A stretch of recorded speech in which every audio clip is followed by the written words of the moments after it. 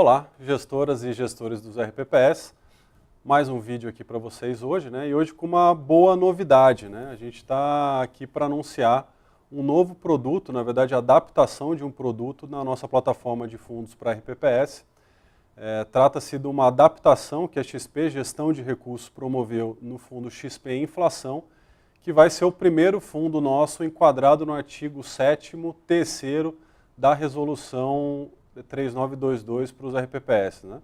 Então, aquele artigo que permite a aplicação de até 60% dos recursos dos regimes próprios e permite que um fundo de renda fixa seja classificado como referenciado, né, segundo aquela nova nota técnica também publicada agora nos primeiros dias do ano, né?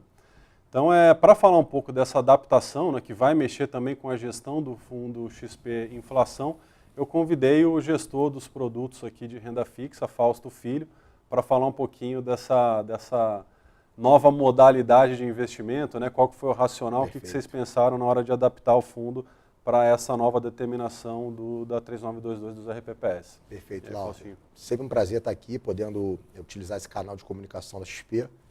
E nós acreditamos que essa mudança segue aí essa nova normativa, e a gente também entende que as condições de mercado e, sobretudo, o cenário prospectivo nos ajudaram também a montar esse novo produto, como o Lauter bem falou, transformar o XP Inflação nesse novo produto.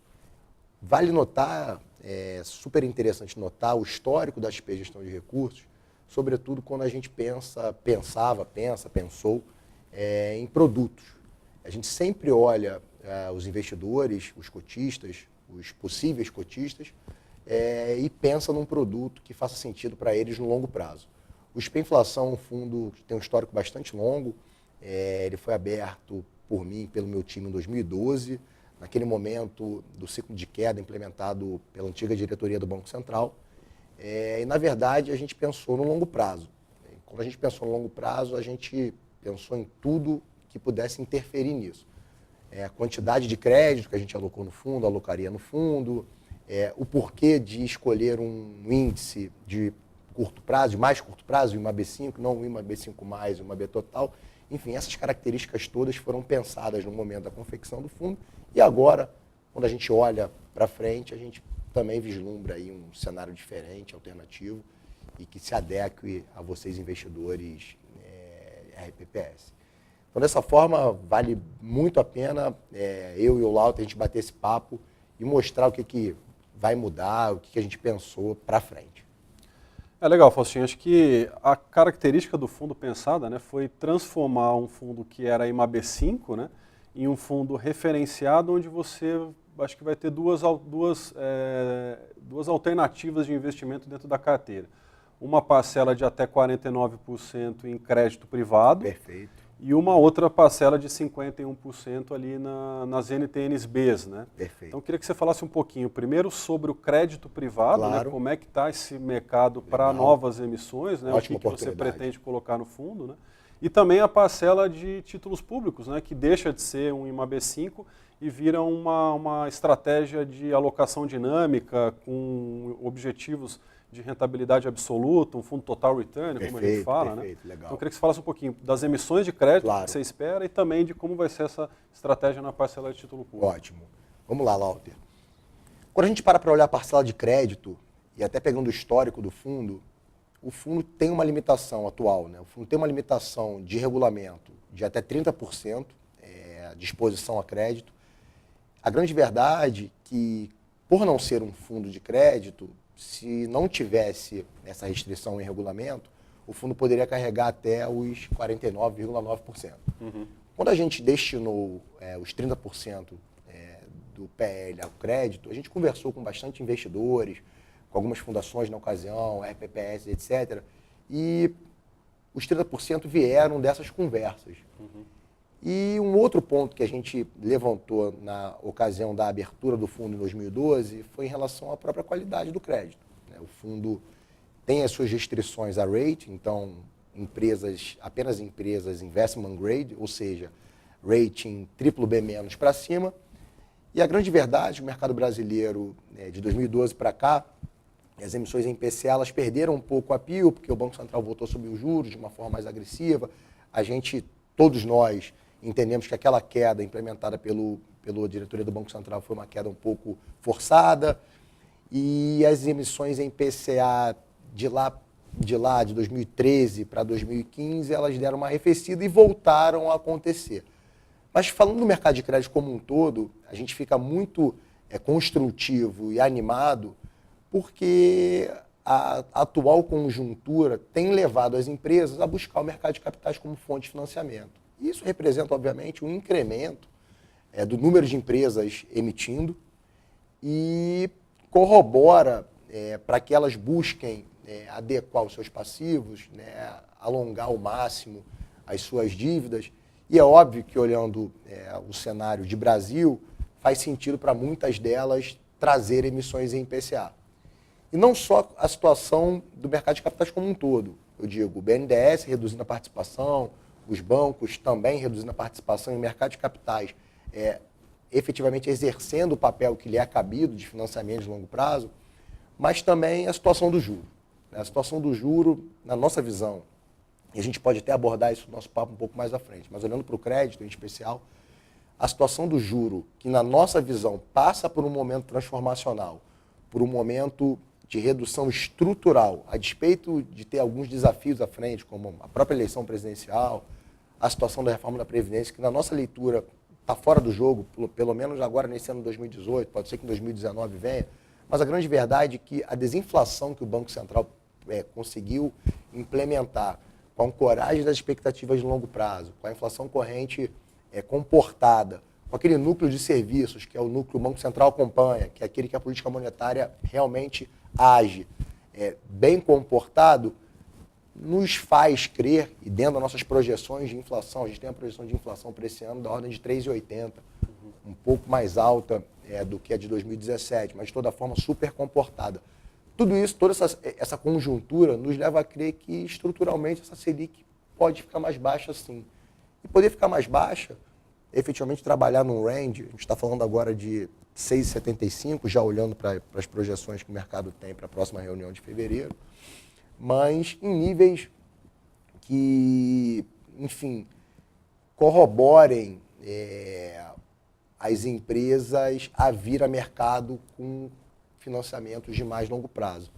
Então a gente entende que uma situação estrutural de juro baixo corrobora tanto para as empresas quanto para os investidores as alocações, as emissões e as alocações, e dessa forma a gente entende que a quantidade de ofertas que virão ao mercado serão muito importantes para a diversificação desse portfólio. Uhum. E olhando para o histórico do fundo, a despeito da gente ter esses 30% de restrição ao crédito, historicamente o fundo manteve uma posição da ordem de 15%. Hoje, a exposição na carteira é de 14,5%. Então, a gente sempre teve um conservadorismo na escolha dos emissores, na escolha dos ativos, tanto em relação à qualidade de crédito propriamente dita, quanto em relação ao risco-retorno de duration e spread de crédito e taxa dos papéis.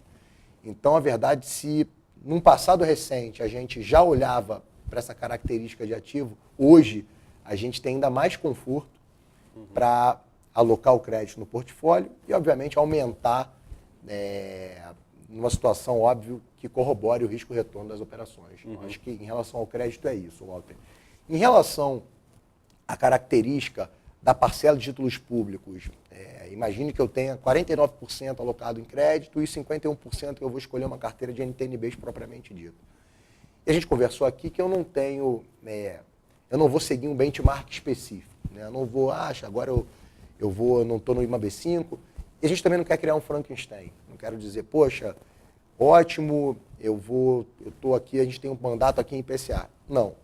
Por que a gente escolheu o IMA B5 lá atrás, em 2012? Quando a gente para olhar o Brasil, a despeito dessa situação de inflação comportada e de Selic estruturalmente mais baixa, a gente entende que, enfim, situações normais, né, com o hiato do produto mais fechado, ou seja, o PIB rodando no potencial, e, enfim, e a capacidade ociosa do Brasil toda tomada, naturalmente, pressões inflacionárias de alguma ordem podem aparecer. Dessa forma, o IMA B5 ele captura melhor Ele captura melhor a inflação corrente. Enfim, a gente fala que em determinados níveis, os papéis de inflação de determinados prazos são sempre vencedores. Porque se a inflação vem muito baixa, a despeito da gente perder o carrego, o Banco Central consegue cortar mais os juros. Então, naturalmente, o papel tem um ganho de capital ali embutido. E se a inflação vem mais alta, naturalmente o BC pode reagir à frente subindo os juros, mas a inflação implícita do papel acaba amortecendo esse descolamento da previsão de inflação e da inflação corrente. Então, naturalmente, você vai ter um fechamento também do cupom da NTN-B por conta da inflação mais alta. Então, em determinados níveis, a gente vai dizer que o IMAB5 ele é super vencedor. E quando a gente olha historicamente, a gente pode depois trazer em um outro bate-papo aqui um estudo para mostrar para vocês, o IMAB5 tem vencido o CDI. Né? Então, a gente gosta bastante dos vencimentos de até 5 anos. Quando eu pego uma foto hoje do IMAB5, Lauter, a inflação implícita média dentro dessa carteira está da ordem de 4,5%. A duration do IMAB5 hoje é de 2,7 anos, mais ou menos. Então, o que isso quer dizer para a gente? Que os papéis precificam uma inflação anual média de 4,5% pelos próximos 2,7 anos. Não nos parece muito razoável, sobretudo na ausência das reformas que eu mencionei aqui. Se eu estou falando para vocês que é 3,80, claro que as NTNBs carregam um prêmio por conta da liquidez dos papéis, por conta das assimetrias do mercado. Estou dizendo para vocês que, poxa, basicamente a inflação seria 4, o prêmio é da ordem de 50 pontos, então estou falando que a inflação seria 4, o que não nos parece num cenário de crescimento, que vai ser uma coisa que nos parece muito tácita. Né? Qualquer crescimento mais forte, etc., pode ser que essa inflação rode um pouquinho mais alto. Então, um nível interessante para você alocar papéis. Em contrapartida, num outro cenário, um cenário de reformas implementadas, um cenário externo que continua super ancorando muito bem os emergentes, um cenário de, poxa, reforma aprovada, previdência aprovada, reformas estruturais, a própria infraestrutura, os investimentos acontecendo, a redução do custo Brasil, com o aumento da produtividade, obviamente, a necessidade de juros mais baixos à frente, e à frente que eu digo 2020, 2025, 2030, naturalmente as Bs longas vão oferecer um risco-retorno maior, porque a curva vai desinclinar mais e, naturalmente, a B30, a B50 vão oferecer um ganho maior. E dessa forma a gente poderia migrar para as Bs mais longas. Então a grande verdade é que a conjuntura, nesse novo mandato, vai nos guiar a tentar encontrar o melhor vértice, a melhor exposição nas NTNBs. Então a verdade é que o time de gestão, a gente agora tem mais liberdade para montar uma posição que a gente acredite que vai trazer um retorno substancial, que vença as metas atuariais dos RPPS no médio e longo prazo. Então, em determinado momento, poxa, eu estou achando que eu deveria alongar um pouco mais. Se eu estou no IMAB5 e efetivamente eu não acerto o timing desse negócio, eu fico para trás do índice. Na verdade, um mandato, como a gente comentou aqui, mais total return, mais amplo, poxa, naturalmente, o investidor entende que o que o gestor está fazendo e tem ali a confiança e a paciência de aguardar que efetivamente essa posição dele se concretize em retornos. Então, a grande verdade é que a gente ficou muito confortável e, enfim, em entender o porquê dessa mudança, em implementar essa mudança e, sobretudo, entender e acreditar que isso é melhor para os investidores com as características de vocês. Não, legal, Fausto. Acho que bacana, ficou bem explicado. Legal. Acho que o fundo se torna aí um fundo de retorno absoluto, Perfeito. com estratégia de crédito privado, é uma alocação mais dinâmica na parcela de título público. Acho que tem toda a aderência com o cenário e com a necessidade dos RPPS, Perfeito. né? E principalmente num enquadramento onde eles estão bastante defasados hoje, né? Que é o artigo 7.3a, onde eles podem aplicar até 60%. Então, acho que isso vai ser muito importante. Então, acho que faltou dizer aqui ainda para os RPPS, né, que a XP Gestão ainda traz mais alguns benefícios para a nova adaptação do fundo, que Sim. é a redução da taxa de administração Perfeito. de 0,60 para 0,50. Foi uma briga grande que a gente teve, mas sem dúvida fez todo sentido. E ainda a exclusão da taxa de performance, Sem dúvida. né, que existia nesse fundo. Então o fundo deixa de ter taxa de performance com 0,50 de taxa de administração e ainda assim um mandato mais ativo, total return de crédito e título público. Perfeito. Então, acho que agradecer você pela explicação. E qualquer dúvida, a gente está à disposição. Mais informações vocês ainda podem ter no nosso site, né, no nosso novo site para a RPPS, que é o rpps.xpi.com.br. Então, obrigado, Fausto. Obrigado a todos. Estar aqui, Lauro. Prazer. Falou.